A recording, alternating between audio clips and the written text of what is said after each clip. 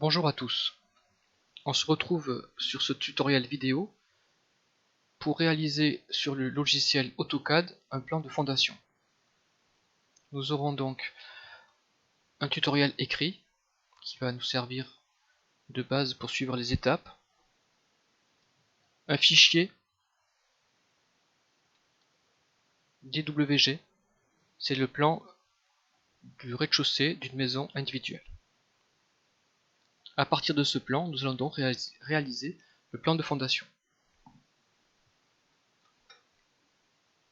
Ce tutoriel peut être utilisé pour tout autre type de dessin de fondation, et donc les étapes sont généralistes et peuvent s'adapter sur un autre support.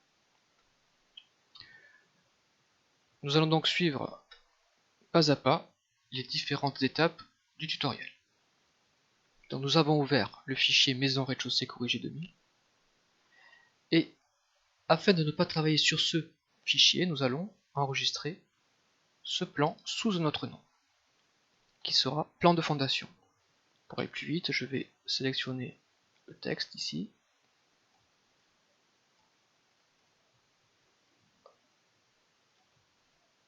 CTRL-C ou copier, je vais dans AutoCAD, je fais enregistrer sous,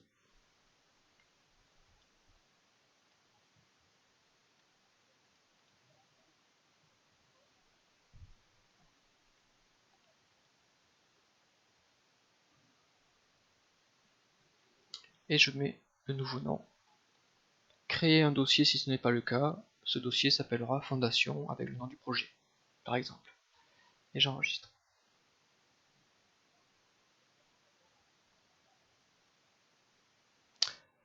Le nom du fichier a changé, c'est donc plan fondation villa R+1 DWG. Maintenant, si je fais des modifications, ça ne touchera pas le fichier originel. Je reviens sur mon fichier PDF, et on nous demande de geler tous les calques sauf celui des murs porteurs. Geler tous les calques, c'est le fait ici, vous voyez, j'ai dans le ruban, ceci c'est le ruban, avec ici des onglets. Chaque onglet va avoir un ruban différent. Le premier onglet c'est début, c'est celui que l'on va utiliser le plus souvent. Et dans l'onglet début, c'est avec celui-là que je vais dessiner, que je vais faire des modifications, que je vais faire des cotations, et c'est là que je vais gérer les calques. Ici vous avez la liste de tous les calques.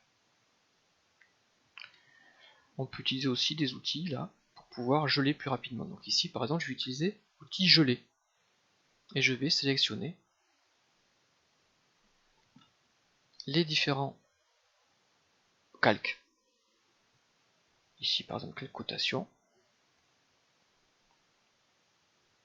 intérieure, carrelage, je fais la polyligne, oui,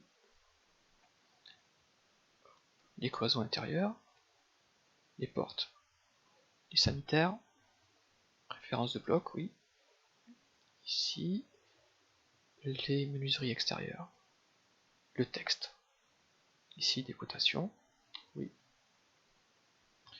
ici la cheminée, le conduit de cheminée, et le doublage, les seuils de porte, la porte de garage, les escaliers. Voilà.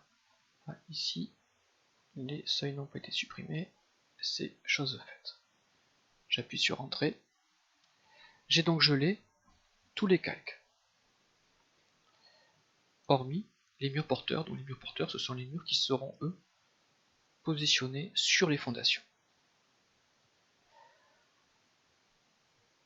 Je n'ai pas supprimé les hachures, je vais le faire tout de suite. Supprimer, pardon, je ne supprime pas, je gèle. Quand on gèle, donc, petit problème, je reviens en arrière, les hachures sont dans le même calque que les murs porteurs, donc je ne vais pas les supprimer. Donc ici, je peux faire un retour en arrière annulé. Voilà. J'enregistre. Alors, les calques, comme je l'ai dit, n'ont pas été supprimés. Si je vais ici dans le menu déroulant, je m'aperçois en fait simplement que tous les calques ont été gelés. Si par exemple ici je souhaite le faire réapparaître, regardez par exemple ici le doublage, je clique sur doublage et le doublage apparaît. J'aurais pu le faire ici, mais je préférais utiliser l'outil directement dans le ruban. Donc j'ai bien gelé tous les calques.